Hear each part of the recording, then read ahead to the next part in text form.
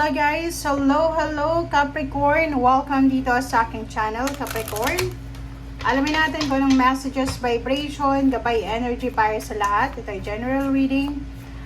Pwede kang makaresonate, gamitin mo yung intuition sa panunod. So yung reading na to na gagawin natin is para to sa solar eclipse. Okay? Na gaganapin bukas is March 29, 2025. So para to sa mga Capricorn, titingnan natin kung ano yung mga possible na mangyayari or magbabago para sa inyo, Capricorn. Okay. So, yung first card mo, Capricorn, is Home, Vesta. Okay. Dito sinasabi ng Vesta na to na your household situation, Capricorn, is improving. Either through a move or healthy change in the occupant. So, dito sa mga Capricorn na to, kung may mga problema kayo sa pamilya, sa tahanan, may mga nag-aaway, may mga problema sa pera, may mga misunderstanding, or kung ano man na problema, sinasabi ng barasa yon na yung sitwasyon nyo ay improving, okay? Pwede kayong mag-move ng residence, pwedeng relocation, travel, or pwedeng may healthy change ng household or occupant. So, pwedeng may mga health problems or unhealthy relationships na pwedeng maayos. Okay. Okay, Capricorn.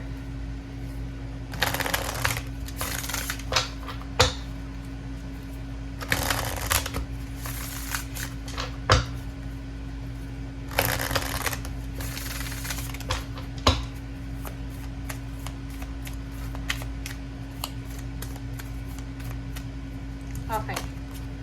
Fates. Okay, so Fate, second card.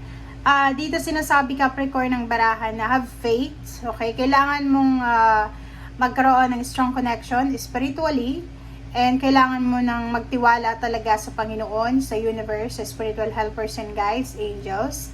Kasi sila talaga yung pwedeng gumabay sa'yo or magbigay talaga sa'yo ng pagbabago sa buhay mo. So, dito sinasabi na napaka-importante ng faith mo ngayong buwan na to ng March 29 onwards, or sabihin natin from March 29, kasi yun yung parang sinasabi sa'yo, Capricorn, na by faith, lahat ng mga sitwasyon na meron ka sa ngayon ay pwedeng magbago.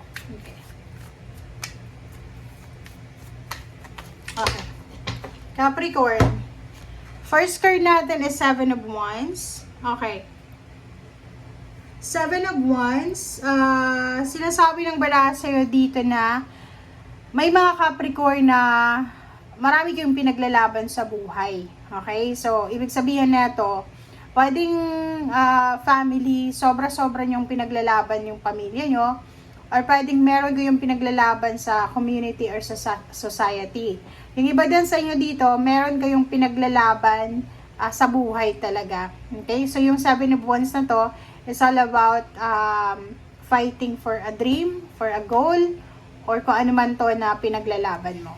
Okay? Okay, next card natin is Queen of Pentacles. So, pwedeng yun.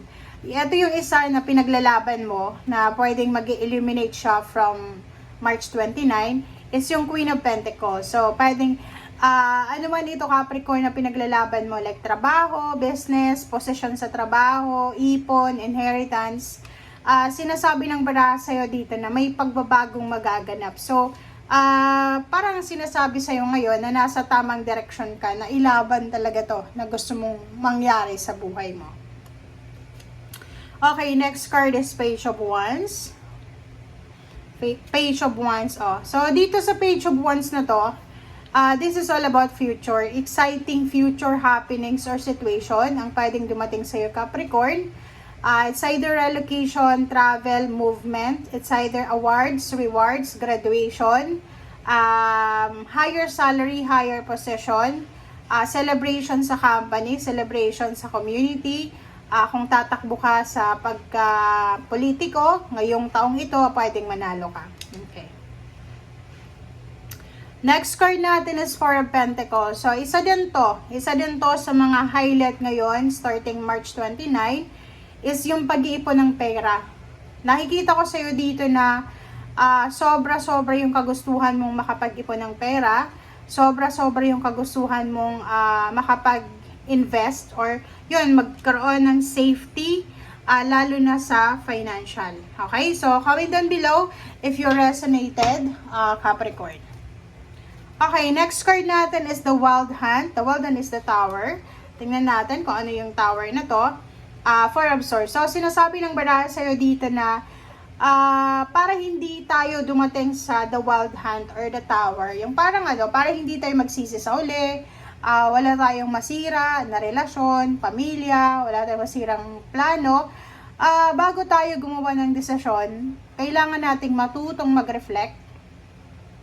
Or like for example, etong 16-7 na to, kung may hinihintay ka, 'di ba? Like pera, pagkakataon, sitwasyon, plano, kung hindi pa 'yan nangyayari, sinasabi sir dito ng Four of Swords na kailangan nating maging mapasensya, maghintay, mag-reflect, matutong magpahinga, matutong mag-pray, matutong maghintay, matutong maging kalmado. Okay? Yung parang hindi tayo masyadong nagmamadali sa mga bagay-bagay. Okay?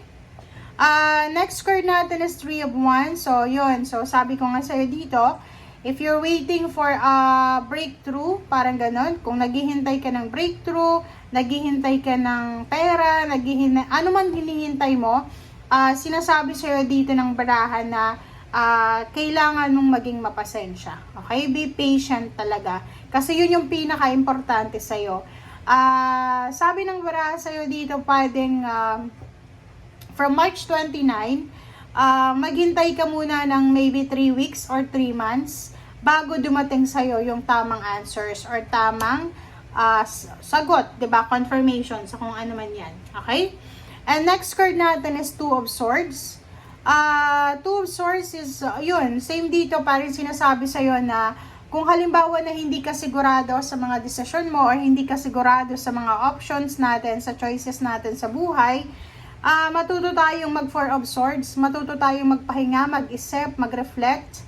Bigyan natin ng sarili natin ng time ng makapag-isip-isip. Hindi yung sobra-sobrang pagmamadali. Okay?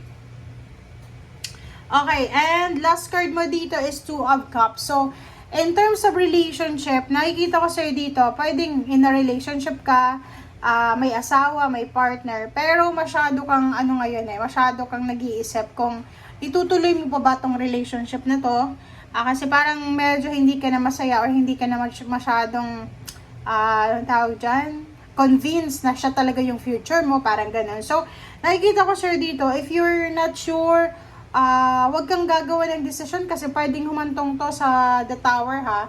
So, mag-iingat ka, lalo na sa usaping relationship na parang sasabihin mo, okay, it's time na makipag-break na ako, mag-iingat ka kasi baka magsisi ka sa bandang huli. Okay? Thank you guys for watching. Bye!